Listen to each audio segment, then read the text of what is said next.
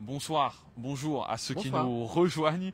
On va commencer donc cette deuxième partie du direct sur la projection, l'ambition de l'Estac pour la saison prochaine, la saison 2025-2026. Elle vient de clôturer sa saison 2024-2025 à la 10e place de Ligue 2 par une victoire il y a quelques dizaines de minutes contre Amiens. Et donc on a eu la question sur le direct que nous sommes en train de faire sur le Facebook de l'Estéclair par Fabien qui nous dit quelles ambitions pour la saison prochaine, mon cher Oui, Alain. l'ambition, ça sera, je pense, déjà d'être plus haut que l'Estac n'est aujourd'hui, donc c'est-à-dire qu'elle est 10e, donc ça restreint vite l'ambition, c'est-à-dire donc d'être dans la première partie de tableau, et forcément plus si affinité avec forcément ces barrages et ces 5 premières places qui permettent de jouer la montée, qui permettent à beaucoup d'équipes d'être encore en jeu pour les playoffs sur le dernier mois de compétition. Donc je pense que l'Estac aura comme ambition de se mêler à la lutte le plus longtemps possible. Tout en gardant aussi à l'esprit qu'elle était très bas il n'y a pas si longtemps que ça. On voit il reste juste milieu à trouver, mais par son budget, par ce qu'elle a vécu cette saison, par les bases qui ont été jetées par le staff avec Stéphane Dumont qui va rester, avec des joueurs aussi qui vont rester, même s'il y aura beaucoup de changements. Il y aura quand même une base et un nouvel élan, c'est un peu ce qu'a dit aussi Stéphane Dumont en conférence de presse, il y aura un nouvel élan sur lequel s'appuyer rapidement à la reprise. Enfin, Stéphane Dumont aura une vraie prépa avec l'Estac, une vraie prépa estivale, un vrai mercato aussi. Donc voilà, il y aura de l'ambition forcément supérieure en 25-26. Sachant que juste pour rappeler les règles de la Ligue 2, championnat à 18, c'est vrai que on parle de play-off depuis tout à l'heure, mais en fait jusqu'à la 5e place de Ligue 2, vous pouvez espérer monter en Ligue 1. Donc dans un championnat à 18, ça fait que tu peux espérer monter même en commençant mal ou en étant à la 10e place au mois de janvier ou février. Et voilà, tu peux toujours avoir cette ambition-là de monter. Et c'est vrai qu'on pense tous à ça. Là, on en a encore parlé avec certains joueurs en zone mixte. Mais si l'Estac n'avait pas eu son mauvais début de saison, c'est vrai que l'Estac a eu à partir de la 10, 11e journée. Elle est cinquième, si on prend le championnat à partir de la 10e journée. Donc voilà, ça veut dire aussi des capacités de cette équipe. Même si on a vu cette saison aussi que quand elle fait un petit peu moins, elle peut être aussi à la merci de n'importe quel adversaire. On l'a vu la semaine dernière à Grenoble. On l'a vu encore au Stade de l'Aube il n'y a pas si longtemps. Donc voilà, il n'y a pas non plus des certitudes à tous les étages. Mais il y a une base. Voilà, il y a une base à mon avis assez solide, notamment défensivement. C'est là où il y aura peut-être moins de changements à prévoir. On va, je pense, rentrer dans le détail tout à l'heure sur le mercato, mais c'est le chantier offensif qui, je pense, moi, va permettre ou non à l'Estac d'avoir ces ambitions-là, parce qu'il y a vraiment tout à reconstruire devant a priori.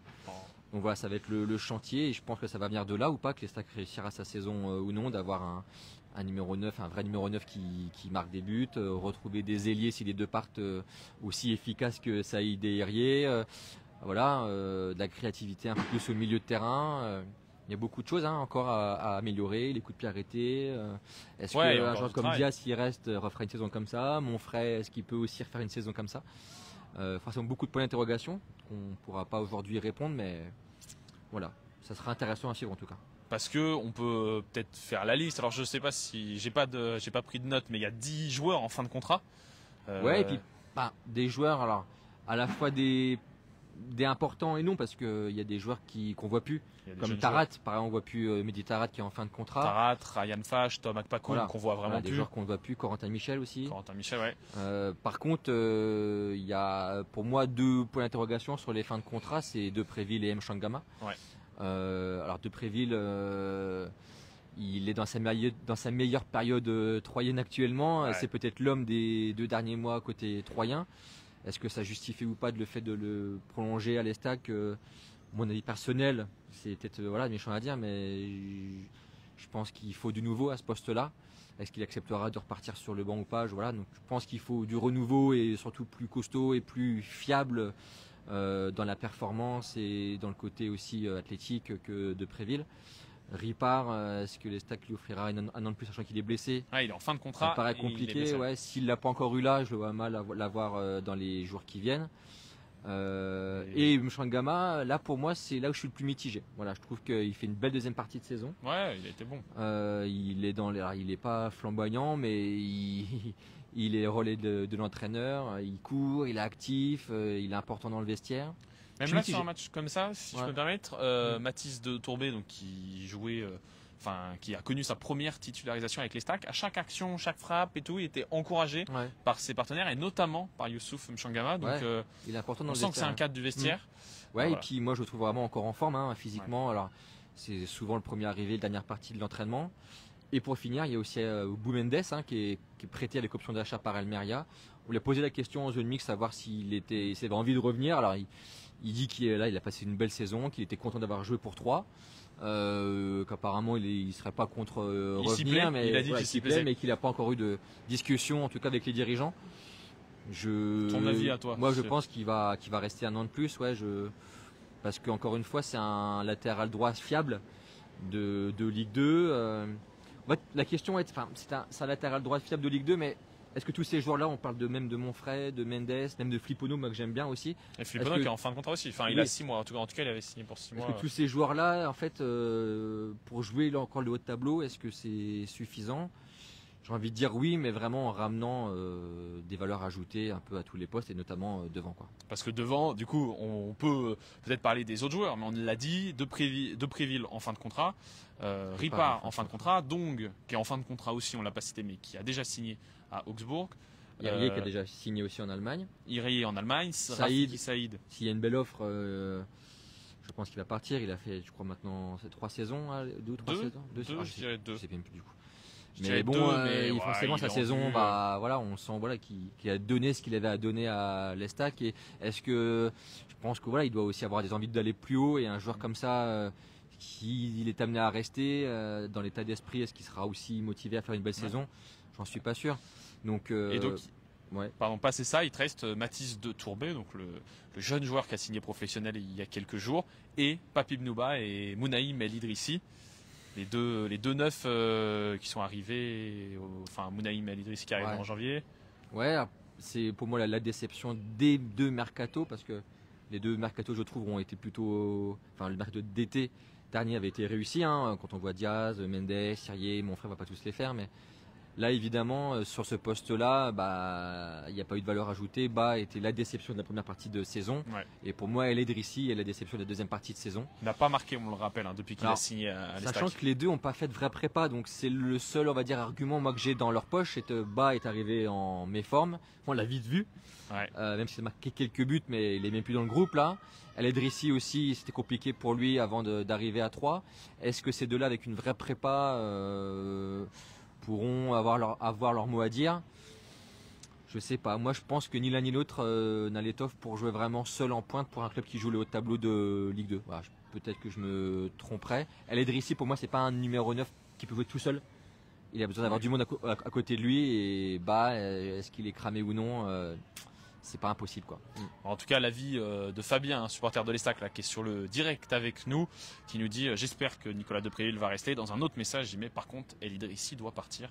Ouais, mais bon, il a rêvé il y a 6 mois. Je crois savoir qu'il a un salaire intéressant, donc.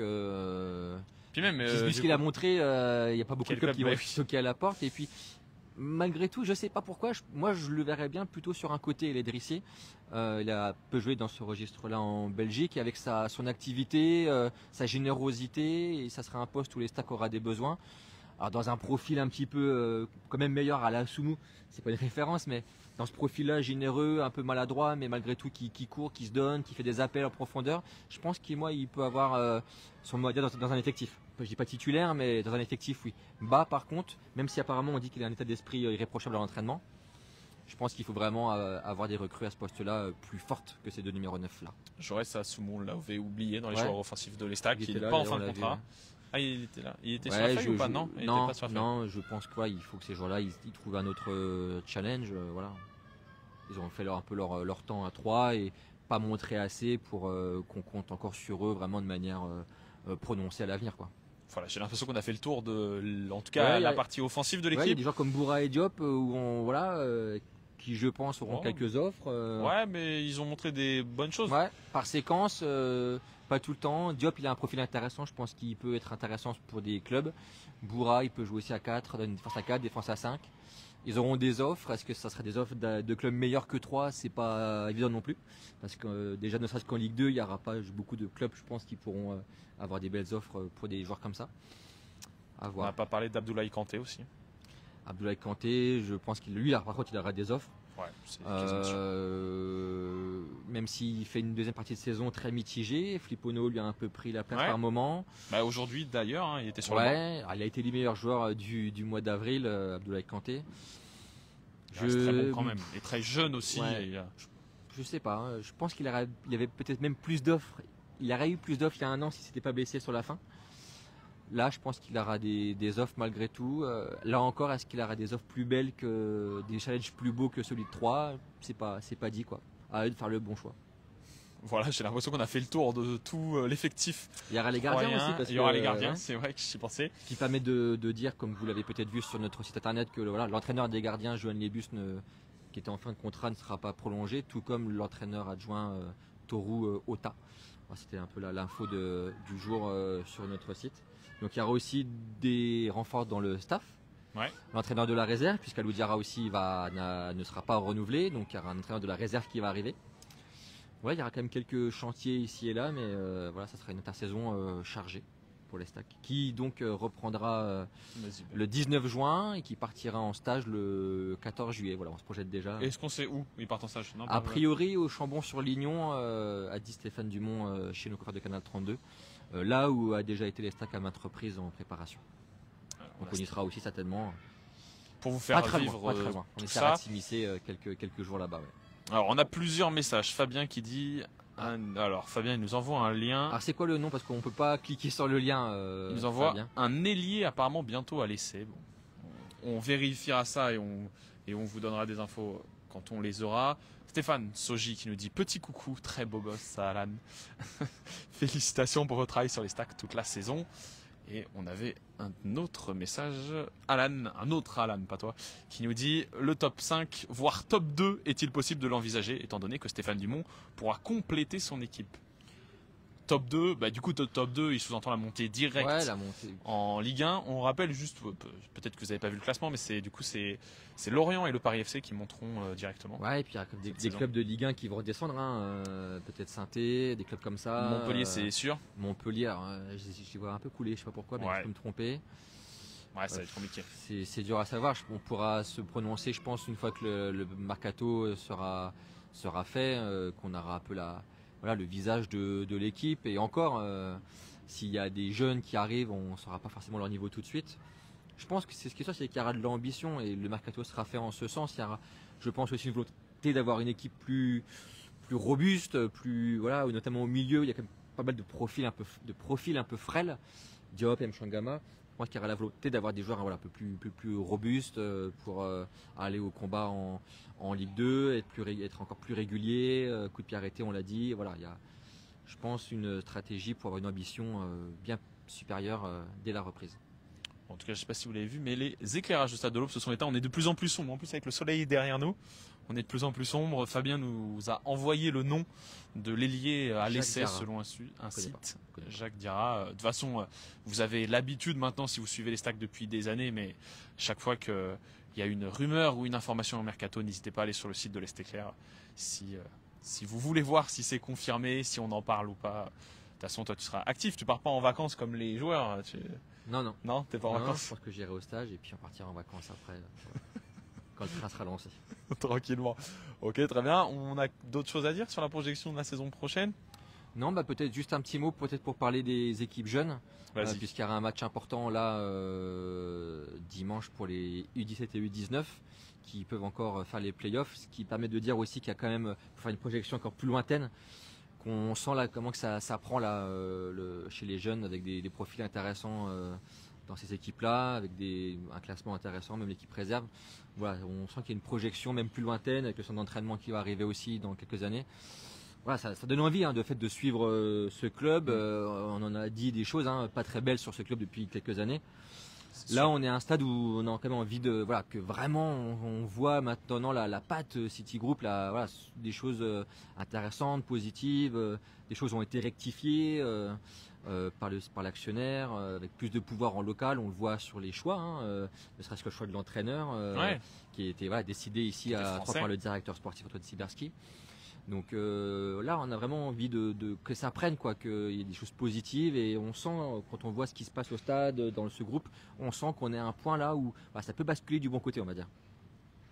Voilà. Parfait comme analyse de fin. Parfait comme analyse de fin. Merci à vous. On nous a remercié plusieurs fois lors du dernier débrief notamment. Mais merci à vous de nous avoir suivis tout au long de la saison. C'était on rempile pour un débrief la semaine prochaine. Bon, je pense. Est-ce qu'on ne trouvera pas un nouveau concept, un nouveau truc à faire? Ça se négocie, ouais, les primes, tout ça. Faut voir. On pourra essayer, mais en tout cas, on a essayé de vous débriefer un maximum de matchs de l'Estac cette saison. Vous étiez nombreux. Rendez-vous moins en direct que quand c'était c'était quand en Ligue 1, non, pas en Ligue 1, c'était quand avant, c'était le samedi. Ouais, c'est la Ligue 2 qui a changé en direct. Il y a moins de gens en direct, plus en replay. Ouais. Mais bon, vous êtes très nombreux à nous regarder lors de votre, je sais pas, peut-être petit-déj, repas, en podcast. Pour s'endormir peut-être. Pour s'endormir. On a des voix qui bercent. Mais voilà, mais en tout cas, merci à vous tous de nous avoir suivis. Vous étiez très nombreux à chaque fois. Donc voilà, un grand merci d'avoir interagi avec nous et débriefé les matchs de l'Estac. Je pense que notre prochain débrief, ce sera peut-être avant la première journée, un match amical. Peut-être lors du stage, on en fera un aussi pour analyser tout ça. Merci à vous deux. Merci à vous. Alan qui nous souhaite de bonnes vacances. Merci et à la prochaine.